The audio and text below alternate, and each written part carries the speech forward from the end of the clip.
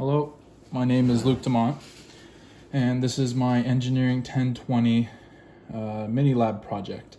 For this project, I decided to come up with a code that randomly generates a baby name after the user inputs the gender and the last name they wish. For the project, you're going to need an LCD screen, a button that is put into the D2 port, blue LED, which is in the D3 port, and a red LED that's in the D4 port. And also I put a light sensor in the A1 port.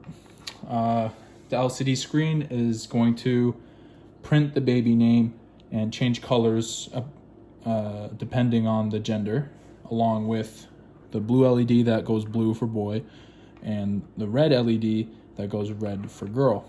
The light sensor will be monitoring the light in the room so that the LCD screen isn't too bright or too dim. And I have a button here to give me my baby name, basically. I will use the button when I want the name to be displayed, and it will stop the randomization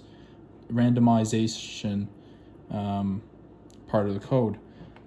So I guess we can go ahead and try it. I'm going to run the code now. And first thing it's going to ask me is, what is the gender of the baby? So I'm going to go ahead and type, let's go with boy first. So I'll put boy. You'll see the blue LED is now on. And now it's asking me the last name of the baby. I'm going to go with Dumont. Now, you don't need to capitalize anything because the code will do that for you.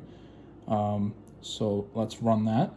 And it says there on the console, press the button to receive the name. So I can wait however long I want. And when I'm ready, I can press the name or the button. And what it's doing right now is it's randomizing a number from 0 to the len of the boy list. And when I press the button, it'll choose that number and then extract that number out of the list. So I'm going to press the button, and I get in the console, the name of your baby is William Dumont. And you can now see here, I've done this video quite a few times now, and you can't see the blue. You might be able to see it a bit there. I got William Dumont printed on the LCD screen. You'll be able to see the girl one way better. So I guess we can go and run the code again. You'll see that it wipes the blue LED and the screen is back to blank. And now I'm going to say girl for my gender. So now you can see the red LED turned on. And now it's asking me for the last name. So let's go Dumont again. Once again, don't need to do any capitalizing. It'll do that for me. And now it's randomizing the numbers between 0 and the len of the girl name. And then extracting that out of the list when I press the button. So it's doing it every 0.2 seconds. It randomizes the number just so that it's very random. And I'm going to press the button now. You'll see there on the screen, I got the name of your baby is Eleanor Dumont. And you'll see on the screen, much nicer than the boy. I got Eleanor Dumont printed. Now, for the code, I only accommodated for boys and girls. And if, let's say, someone puts a different gender or something random, I've accommodated for that. So let's run the code again, and you'll see, once again, everything shut off.